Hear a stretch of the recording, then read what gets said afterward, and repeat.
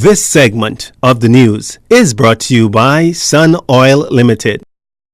Welcome back. The hunt is on for the gunman behind the two latest homicides here in the capital last night at an inner-city business. The victim is in this case a male customer who reportedly walked in on an armed robbery. According to police, two gunmen entered a business on 1st Street, Coconut Grove, just before 6 o'clock last evening, held employees at bay and robbed the store of an undetermined amount of cash. While leaving, one of the gunmen shot the customer, who at the time was entering the building. From all accounts, the victim died in hospital a short time later.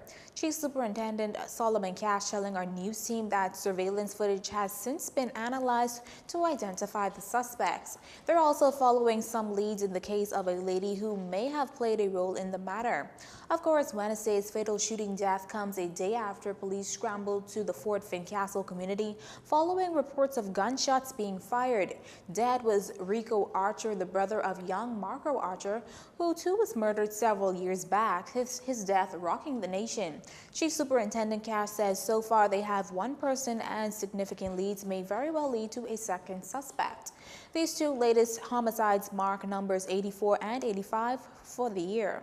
An investigation launched into reports of a mass shredding of mails down at the General Post Office. That assurance from the minister responsible for the Postal Service, Renred Wells. This after Bahamas Public Service Union President Kimsley Ferguson brought the matter to the fore earlier this week.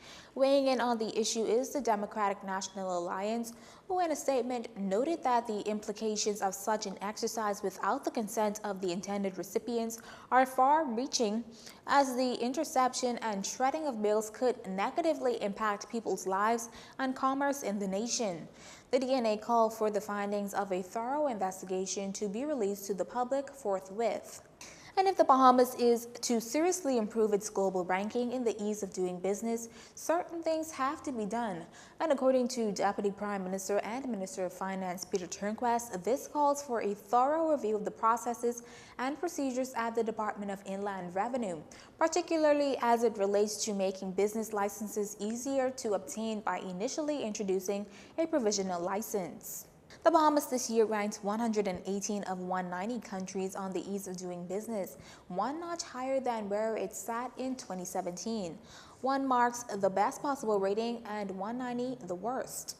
On the application, for those classes of business that do not require specialized or specific investigations and approvals, we can get you into business pretty much within 48 hours. The idea being that the Business License Department is not the agency of no. We are the agency of yes. We want to put people into business. That is our function. And so I've given the charge to them that unless there is a particular issue that we are to give the license, we will worry about the background issues afterwards. A brief sitting of the upper chamber ended the senators passing an amendment to the Business License Act.